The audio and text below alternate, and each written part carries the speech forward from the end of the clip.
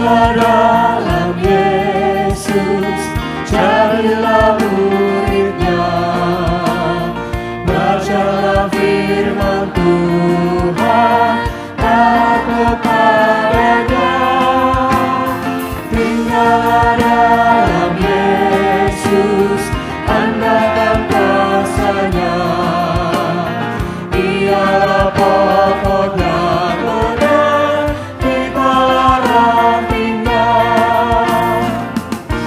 Kakak senang, tetap semangat, tetap antusias belajar di rumah ya. Sekalipun masih daring, harus tetap semangat.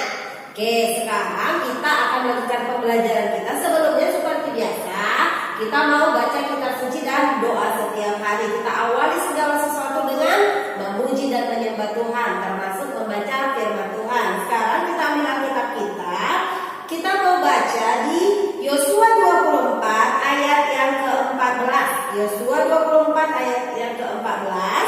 Demikian firman Tuhan. Oleh sebab itu, takutlah akan Tuhan dan beribadahlah kepadanya dengan tulus, ikhlas, dan setia. Jauhkanlah Allah yang kepadanya nenek moyangmu telah beribadah di seberang sungai Efrat dan di Mesir, dan beribadahlah kepada Tuhan. Jadi firman Tuhan pagi hari mengingatkan kita untuk selalu beribadah kepada Tuhan, memuji dan menyembah Tuhan. Siapa Allah yang kita sembah? Yesus Kristus namanya. Amin. Oke, demikian baca firman Tuhan. Sekarang kita mau berdoa. Tuhan Yesus, terima kasih pagi hari ini Kau mengingatkan kami lewat kebenaran firman-Mu dan lewat pujian yang kami naikkan untuk kami tetap tinggal di dalam Tuhan. Kami tetap memuji dan menyembah Tuhan apapun yang terjadi dalam kehidupan kami. Berkati semua anak-anak yang ada di rumah yang akan belajar, berkati juga hamba yang akan mengajari mereka, biar hikmat turun, kepintaran, kecerdasan, dan takut akan Tuhan. Biar transfer sesuatu yang baik itu mengalir kepada semua anak-anak yang ada di rumah. Jadikan mereka menjadi pelaku-pelaku firman Tuhan. Terpujilah nama-Mu Tuhan, dalam nama Yesus kami berdoa. Haleluya, amin. Oke anak-anak semuanya, sekarang ambil bukunya. Kita sekarang masuk kepada pembelajaran kita, yaitu halaman yang ke-15. Kita masuk kepada bab yang kedua, yaitu judulnya adalah ibadah yang memuliakan Allah. Minggu lalu kita sudah belajar tentang indahnya saat beribadah. Kita sudah belajar apa itu ibadah, terus apa sikap kita saat ibadah itu seperti apa. Hari ini kita akan melanjutkan pembelajaran kita. Sekarang yang menjadi pertanyaan adalah kita flashback ke pelajaran yang minggu lalu. Apa makna utama ibadah yang terdapat dalam Yeremia 7 ayat 21 sampai 28 dan Roma 12 sampai 15? Apa yang menjadi makna utama ibadah? Yang menjadi makna utama ibadah di situ kenapa sih? Karena dalam cerita itu diceritakan bahwa bangsa Israel menyembah Allah lain, jadi Tuhan gak suka. Jadi makna ibadahnya apa? Menomorsatukan Tuhan. Tidak ada Allah lain kecuali Allah yang kita sembah, ya. Jadi itu makna utama dalam ibadah yang kita pelajari minggu lalu. Allah ingin dia dinomorsatukan, Allah ingin dia disembah. Jadi gak boleh menyembah Allah yang lain. Yang kedua, bagaimana sikap ibadah yang berkenan kepada Allah? Kita juga sudah pelajari minggu lalu. Sikap yang berkenan itu apa sih? Yaitu yang pertama adalah, ibadah yang pertama adalah hidup kita menjadi teladan bagi banyak orang. Menjadi anak yang bertanggung jawab, itu adalah ibadahmu. Apa tanggung jawabmu sebagai anak? Bantulah orang tuamu. Apa yang menjadi tugas yang dipercayakan mama papa, kerjakan.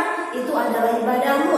Sebagai murid, ada tugas-tugas sekolah, kerjakan dengan baik, karena itu adalah ibadahmu. Sebagai warga negara Indonesia yang baik, ikuti protokol kesehatan, itu adalah ibadahmu. Karena ketika kau berkata kamu mengasihi Tuhan, taat kepada Tuhan, kamu akan taat kepada pemerintah kita yang dipercayakan dan diangkat oleh Tuhan. Amin. Itu adalah pelajaran kita minggu lalu. Sekarang kita akan masuk kepada pengertian ibadah. Ya, orang tua, teman, guru, sekolah minggu, dan guru di sekolah sering meminta kita untuk rajin beribadah. Jangan-jangan anak-anak udah bosan, teacher mah tiap hari ibadah, mama terus bilang jangan lupa ibadah. Namun, tahukah anak-anak semua, apa sih artinya ibadah itu? Ayo dipikir-pikir. Pelajaran minggu lalu udah kita pelajari. Ibadah itu apa sih sebenarnya? Secara umum ternyata ibadah itu adalah salah satu cara, baik itu hati, baik itu pikiran maupun tindakan manusia sebagai bentuk syukur dan taat kepada Allah Sang Pencipta. Jadi ibadah itu adalah bentuk ketaatan, bentuk ucapan syukur kita kepada Allah Sang Pencipta yang sudah menciptakan kita, yang sudah menciptakan alam semesta. Jadi itu adalah makna ibadah karena Tuhan sudah memberikan banyak berkat kepada kita. Secara singkat, ibadah dapat dikatakan sebagai respon manusia atas segala yang dilakukan Allah. Respon itu apa sih, teacher? Contohnya nih, kalau mama panggil kamu nih, contohnya, Daniel, respon kamu apa? Pasti menjawab, yes mama, yes papa. Kalau dipanggil responnya berarti menjawab, ya. Itu anak yang baik. Demikian juga ibadah itu secara singkat artinya respon kita kepada Tuhan. Tuhan udah baik, masa kita nggak say thank you? Contohnya mama sudah menolong kamu, mama sudah melahirkan kamu, mama menyekolahkan kamu di tempat yang terbaik, mama memenuhi semua kebutuhanmu, orang tuamu memberikan apa yang kamu minta, masa kamu nggak bilang terima kasih? Pasti mengucapkan terima kasih. Demikian juga kepada Bapa yang di surga, karena Dia memberikan kita nafas kehidupan, memberikan kita berkat, mama papa yang baik, memberikan saudara-saudara yang baik, masih bisa sehat sampai hari ini, itu karena kebaikan Tuhan. Masa sih kita nggak bisa bilang thank you Lord Jesus? Bagaimana cara kita meresponinya? Ya berdoa, mengucap syukur, memuji, menyembah Tuhan, baca Alkitab setiap hari. Itu adalah respon rasa syukur kita kepada Tuhan. Jadi gak usah pusing. Ibadah itu apa ya? Kalau tanya, apakah yang maksud dengan ibadah? Apa ya? Gak usah pusing. Ibadah itu responmu kepada Tuhan, responmu atas kebaikan Tuhan. Jadi kalau ditanya apa itu ibadah, jangan bingung ya sayang. Dengan beribadah kita sebagai manusia yang diciptakan Allah mengakui bahwa hanya ada satu Tuhan, hanya Allah yang harus kita puji. Tidak ada Allah lain, ya. Tidak ada idola-idola yang lain. Nggak ada yang kita sembah, nggak ada yang kita puji selain Tuhan. Dan nggak ada yang lain yang kita layani kecuali Tuhan Yesus. Bagaimana cara kita melayaninya? Melayani gereja, melayani orang tuamu, melayani saudara-saudaramu, melayani teacher. Banyak hal yang perlu kamu lakukan. Segala sesuatu yang kamu lakukan, lakukanlah seolah-olah seperti untuk Tuhan. Itu adalah ibadah yang sejati, ya. Ibadah secara khusus itu tadi umum. Sekarang kita masuk ibadah secara khusus, ialah ibadah yang dapat kita lihat dalam Alkitab, yaitu dalam Perjanjian Lama dan Perjanjian Baru, ya. Perjanjian Lama dan Perjanjian Baru. Dalam Perjanjian Lama, ibadah memiliki arti yang berbeda dengan ibadah dalam Perjanjian Baru. Sekarang kita akan cari tahu, check it out, apa sih bedanya? Ibadah dalam Perjanjian PL artinya melayani Allah. Siapa tahu dia nanti keluar, ingat ya. Ibadah tadi artinya apa secara umum? Ibadah secara khusus. Ibadah menurut PL, dalam PL itu artinya apa? Berarti melayani Allah. Sedangkan dalam PB, ibadah diartikan sikap hidup manusia yang menyembah Allah, ya. Kalau dalam PN itu melayani artinya, kalau dalam PB, Perjanjian Baru, itu sikap hidup kita yang melayani Allah. Jadi harus bisa dibedakan ya sayang. Sekarang kita masuk poin A. Tubuhku untuk melayani. Nanti anak-anak bisa buka di Yosua 24 ayat 15. Tadi Teacher Kenda juga sudah baca ayatnya ya, tentang mempersembahkan hidup kita kepada Tuhan untuk memuji dan menyembah Tuhan. Perjanjian Lama merupakan kesatuan kitab-kitab yang memperlihatkan kepada kita sejarah bangsa-bangsa bebal dan bangsa-bangsa yang taat kepada perintah Allah. Jadi Perjanjian Lama menceritakan ada bangsa-bangsa yang bebal, ada bangsa-bangsa yang taat, ya. Bangsa yang sangat menonjol ialah bangsa Israel. Itu yang paling cepat kita ingat ya. Saat itu bangsa ini telah memiliki Israel waktu itu? Kita mau pelajari sama-sama. Yang pertama adalah melakukan ritual-ritual persembahan kepada Allah. Itu nanti kalian bisa lihat di Keluaran 3 ayat 18. Ritual apa sih? Ritual berasal dari bahasa Inggris. Ya, rit artinya ya, yang berarti upacara. Jadi itu artinya upacara, ritual itu upacara. Ritual atau upacara dapat dilakukan dalam agama dan adat. Jadi itu bisa dilakukan ya, tujuannya untuk apa? Untuk menyucikan sesuatu. Beberapa bentuk ritual itu termasuk doa, ada tarian, ada drama, kata-kata seperti amin. Ya, itu dalam yang pertama dalam ritual. Yang kedua, perayaan-perayaan dan tempat ibadah. Bangsa Israel memiliki banyak perayaan. Beberapa di antaranya ialah Paskah. Ingat ya peristiwa Paskah yang menaruh darah anak domba di ambang pintu, yang ada lambang darah anak domba, selamat. Ya, selamat dari tulah. Terus apa lagi? Perayaan Pentakosta. Lalu ada perayaan Pondok Daun. Dengan perayaan-perayaan yang ada, rakyat melakukan ibadah sesuai perayaan-perayaan itu. Selain itu, mereka melakukan ibadah di Bait Allah. Dalam ibadah ini ada liturgi. Liturginya apa? Ada membuat pujian, ada penyembahan, pemberitaan firman Tuhan, ada kesaksian, ada doa-doa syafaat, dan ada persembahan. Itu yang kedua. Itulah tata cara ibadah yang dilakukan oleh bangsa Israel. Ya. Lalu pada intinya ibadah merupakan tindakan yang disesuaikan dengan tempat dan waktu. Jadi ibadahnya disesuaikan dengan tempat dan waktu. Sedangkan dalam perjanjian lama, ibadah yang dimaksudkan berasal dari kata to atau to serve, yaitu melayani.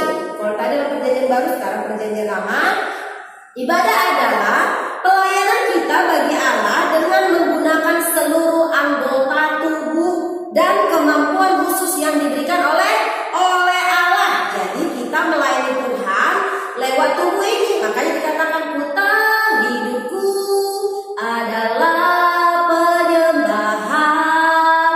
Jadi hidup kita adalah penyembahan di hadapan Tuhan. Makanya selalu dikatakan lakukan segala sesuatu seolah-olah seperti untuk Tuhan. Apa yang kau lakukan dengan tubuhmu? Apa yang kamu lihat? Apa kamu melihat konten-konten yang good atau tidak? Apa yang kamu dengar? Apa kamu suka mendengar gosip? Apa yang kamu perkatakan? Apakah perkataan yang baik atau mengejek orang lain? Atau perkata kotor yang keluar dari mulutmu? Apalagi apa yang ada di hatimu?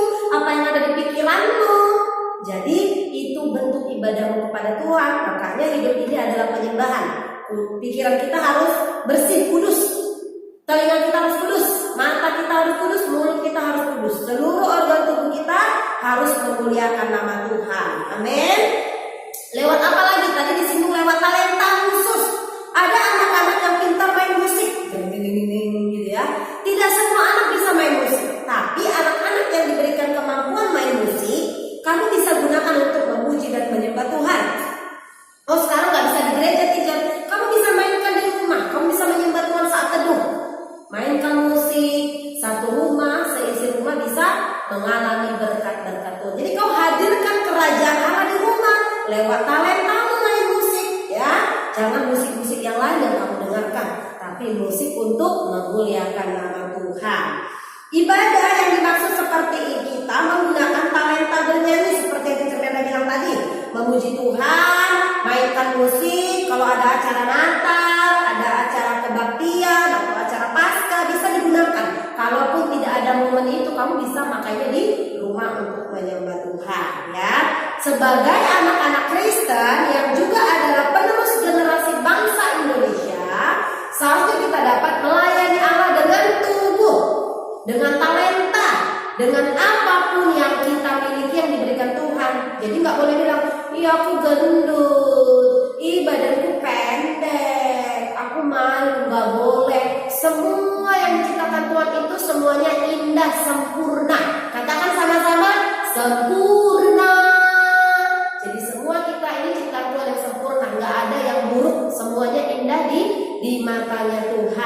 Jadi nggak boleh minder, syukuri apa yang Tuhan berikan kepadamu, karena hidupmu, tubuhmu itu indah di hadapan Tuhan ya. Harus dijaga juga, nggak boleh juga makan too much. Kebanyakan makan juga nanti kegendutan kan repot, susah bergerak kan. Kamu kan pengen lain Tuhan, kamu udah kelas 6 harus bisa jaga badan. Bukan berarti harus kurus kayak Barbie yang cewek-cewek, enggak, tapi makanlah secukupnya, nggak boleh juga terlalu banyak makan sesuatu aja udah bagus ya. Harus dijaga tubuhnya, jaga kesehatan, jangan sembarangan jajan. Jaga kesehatan, kalau sakit tubuh ini kan milik Tuhan, nggak bisa dong melakukan segala sesuatu dengan baik ya. Jadi harus dijaga, oke? Lalu menjadi anak-anak yang kreatif itu juga kerinduan Tuhan kepada kita, membentuk moral atau karakter kita menjadi seseorang yang bisa dipercayakan Tuhan untuk mencipta sesuatu. Jadi kamu adalah generasi-generasi pencipta sesuatu yang akan dipercayakan oleh Tuhan. Kamu adalah calon-calon pemimpin masa depan. Teacher Leda percaya dan terlalu percaya suatu saat nanti teacher akan lihat kalian menjadi orang-orang top, orang-orang nomor 1 dalam setiap bidang-bidang yang dipercayakan Tuhan kepada kalian. Mungkin gak semua jadi presiden, gak semua jadi dokter, tapi pasti ada yang jadi guru seperti teacher ya. Jadi kalian harus tetap semangat menggapai cita-cita dan mimpi-mimpi kalian. Jangan biarkan corona membunuh mimpi-mimpi kalian. Enggak, corona pasti berlalu. Mimpi harus terus jalan, harus punya mimpi visi yang besar. Jangan ada pun satupun yang menghalangi mimpi-mimpi kalian, karena dalam diri kalian ada destiny ilahi yang sangat besar. Ya, tetap semangat, jangan mau dipengaruhi atau diintimidasi sama corona yang ada di luar sana. Kita tetap berdoa, kita tetap percaya corona pasti berlalu. Amin. Tetap semangat ya. Yang kedua, hidupku untuk menyembah Allah. Kalau tadi tubuhku, sekarang hidupku untuk menyembah Allah. Dalam perjanjian baru, ibadah berasal dari kata to worship, artinya menyembah. To worship you I live, to worship you I live, I live to worship you, I worship you, I worship you, I worship you, Jesus. Ya, jadi hidup kita adalah penyembahan kepada Tuhan. Artinya apa sih? Artinya ibadah memiliki arti memberikan penghargaan, penghormatan kepada seseorang. Seseorang itu siapa? Hanya Tuhan Yesus. To God be the glory, only God. To God be the glory, bagimu ya Tuhan segala pujian. Jadi segala penghargaan, penghormatan hanya bagi Tuhan. Itulah arti menyembah dalam perjanjian baru. Manusia sebagai makhluk ciptaan Allah harus menghargai dan menghormati Allah sebagai pemilik dunia ini, pemilik setiap kita. Jadi Allah tidak menghendaki ibadah yang pura-pura. Tuhan itu tahu kalau kau pura-pura berdoa, kalau kau pura-pura bilang thank you Jesus, tapi di hatimu, di pikiranmu ada pikiran-pikiran jorok. Thank you Jesus, tapi kamu melawan orang tua. Thank you Jesus, kamu mencontek. Bukan ibadah yang seperti itu yang Tuhan tahu. Tuhan tahu kalau kamu pura-pura. Kalau kamu berkata thank you Jesus, kamu akan menyelaraskan hidupmu dengan apa yang Tuhan mau ya. Jadi ibadah itu bukan hanya rutinitas, bukan hanya kewajiban atau untuk menunjukkan kepada orang lain bahwa kita rajin berdoa. Ini loh teacher aku, ini loh teman aku suka berdoa puji Tuhan. Ketika ada orang lain baru dia katakan haleluya, haleluya. Gak ada papa dan mama, gak ada orang haleluya, ngantuk. Nah itu namanya bukan ibadah. Kalau ibadah itu kamu di rumah sendiri, kamu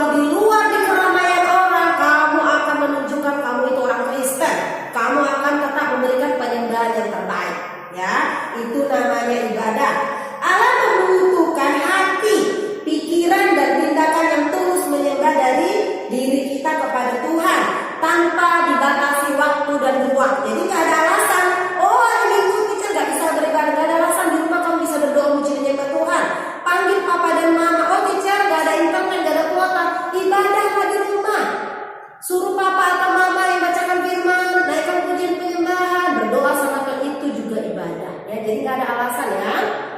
Jadi hari ini kita belajar hati, pikiran, dan tindakan kita yang tulus terlihat dalam sikap hidup kita sehari-hari yang benar-benar ingin menyembah Allah. Jadi kalau kamu berkata kamu adalah orang yang mengasihi Tuhan, kamu akan melakukan yang terbaik. Jadi jadilah anak yang terbaik. Apalagi jadi murid, jadi siswa, jadilah siswa yang terbaik. Jadi teladan. Jadi abang, jadi kakak. Jadilah abang dan kakak yang terbaik. Kalau kamu adik-adik, ada abangmu, ada kakakmu, jadilah adik yang terbaik bagi mereka. Dengar-dengaran, taat. Oke? Ya, kalian sudah kelas 6, Teacher Melda percaya kalian paham dengan apa yang dimaksud dengan ibadah. Gak usah mikir panjang-panjang ibadah itu apa. Ibadah itu hidup kalian. Apa yang kalian lakukan, itulah ibadah kalian. Paham ya semuanya ya? Teacher Melda gak pernah bosan-bosan ingatin kalian, lakukan yang terbaik. Kerjakan tugas-tugas on time. Kalau nggak paham, tanya teacher. Kalau ujianlah tepat waktu. Jangan sampai teacher yang kejar-kejar ya sayang. Oke, Teacher Melda percaya kalian semakin hari akan semakin baik. Karena Teacher Melda percaya firman itu akan terus bertumbuh dalam diri kalian. Pengenalan kalian akan Tuhan akan semakin bertambah-tambah. Karena kalian makin dewasa di dalam Tuhan. Amin. Ya, demikian pembelajaran kita hari ini. Minggu depan kita akan lanjutkan dengan manfaat ibadah ya. Untuk tugasnya, Teacher Melda pengen anak-anak membuat satu video. Videonya tentang apa, Teacher? Video cara mengajar seperti Teacher Melda. Kalau kamu jadi calon pemimpin harus bisa mempraktekin. Kira-kira kalian dapat pelajaran apa sih dari hari ini? Contohnya nih, ini Teacher Melda contohnya ya.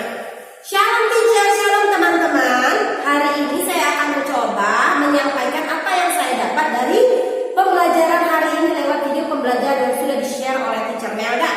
Judul pembelajaran hari ini yaitu ibadah yang memuliakan Allah. Hari ini saya dapat belajar ibadah itu artinya ternyata ini, ibadah itu artinya ini. Secara umum ibadah itu artinya ini, secara khusus ini. Dan di dalam perjanjian lama ibadah itu artinya, dalam perjanjian baru ibadah itu artinya ini. Oh, jadi ibadah itu artinya seperti ini. Berarti setelah belajar ini, saya pengen mempraktekkan. Contoh-contohnya itu seperti ini. Contoh-contoh ibadah yang berkenan di depan Tuhan itu ternyata seperti ini. Jadi itu yang bisa saya sampaikan kepada teacher dan teman-teman semuanya. Saya sangat diberkati dengan pembelajaran hari ini dan saya mau mempraktekannya. Terima kasih buat teacher, terima kasih teman-teman. Tuhan Yesus memberkati. Shalom. Jadi seperti itu bikin video tugasnya ya, video sederhana. Paham ya? Oke, sekarang waktunya kita berdoa. Tuhan Yesus yang baik, terima kasih, kami bersyukur buat saat ini kami sudah selesai belajar tentang apa itu ibadah secara umum, secara khusus dalam perjanjian lama, perjanjian baru. Tuhan, lebih daripada itu biarlah pengertian ibadah yang sesungguhnya boleh ditangkap oleh setiap anak-anak yang di rumah. Hidup mereka adalah ibadah mereka. Tolong mereka ya Roh Kudus untuk boleh terus mempersembahkan hidup mereka kepada Tuhan, melakukan yang terbaik dalam segala aspek kehidupan mereka. Jaga, lindungi mereka Tuhan, jauhkan dari sakit COVID-19. Papa, mama mereka aman dalam lindungan Tuhan. Terpujilah nama-Mu Tuhan. Kami berdoa sekali lagi, setiap spirit malas yang mengikat anak-anak ini, malas mengerjakan tugas, kami ikat, kami patahkan kuasanya dalam nama Yesus. Aku berkatakan anak-anak yang ada di rumah semuanya anak-anak yang rajin, anak-anak yang pintar, anak-anak yang cerdas, anak-anak penuh